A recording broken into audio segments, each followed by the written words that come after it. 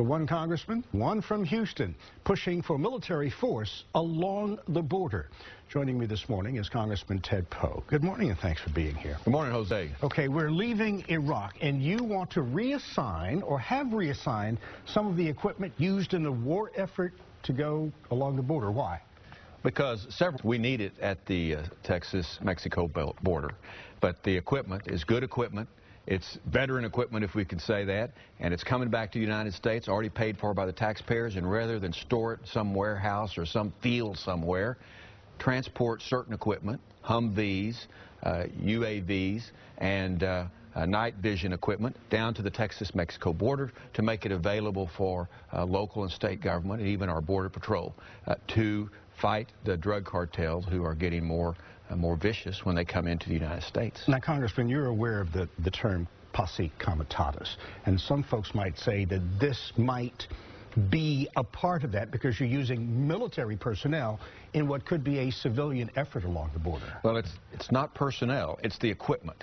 Posse comitatus has nothing to do with fortifying our borders from invasion, in this case, of the drug cartel. So that is not the issue. Here, it's just equipment.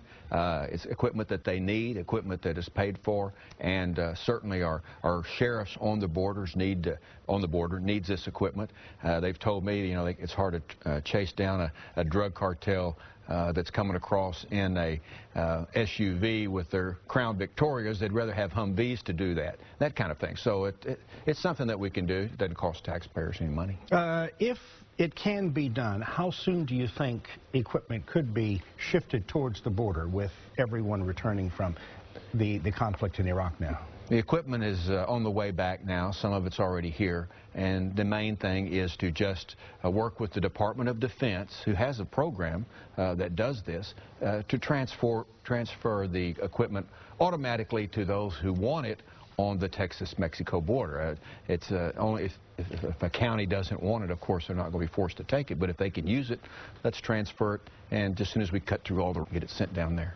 Okay, another problem that involves the border. We're talking about the operation called Fast and Furious. Now, Attorney General Eric Holder is getting grilled by the Judiciary Committee, which you are a part of. What are the answers you're looking for? I want to know who is in charge and who would make this idiotic decision to take 2,000 weapons, including sniper rifles, and the United States help facilitate buying them, send them to Mexico, and give them to Mexico's enemies, the drug cartels. They're not only the enemy, the drug cartels are the enemy of the United States, but also Mexico. And then people have died because of this. Mexican nationals, we don't know how many. 2 American agents have died because of this. And I want to find out who made the decision, who's responsible, and I think somebody needs to go to jail for allowing this to occur. And people have died. Needs to be held accountable. So when Eric Holder comes before the Judiciary Committee on Thursday, I'm going to ask him, first of all, did he know about it? And why did he let it occur? Who was in charge of the mechanics? And what is he doing to make sure that people that were responsible and irresponsible are held accountable in our justice system? Real quick, Pakistan and the U.S. are now at sort of a crisis situation when it comes to our diplomatic relations because of the airstrike by a drone that killed 24 Pakistani soldiers. Can relations be healed, so to speak, and then we both work together in the war against terrorism? I'm not sure that they can.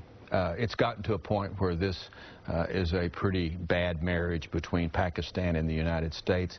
Even Leon Panetta has said that Pakistan can't be trusted. They can't be trusted. We give them money and they give tacit support for the Taliban. Maybe it's time we cut off the money. They're not letting us go into Afghanistan with our convoys anymore. They blocked the entrance to Afghanistan. It's a lot of bad issues, and so the United States needs to figure out another way to get our equipment to Afghanistan and distance ourselves from Pakistan. Congressman Ted Poe, thank you for coming in, and thank you for your insight on some of these very, very critical issues to our nation's security. It's always good to see you, Jose.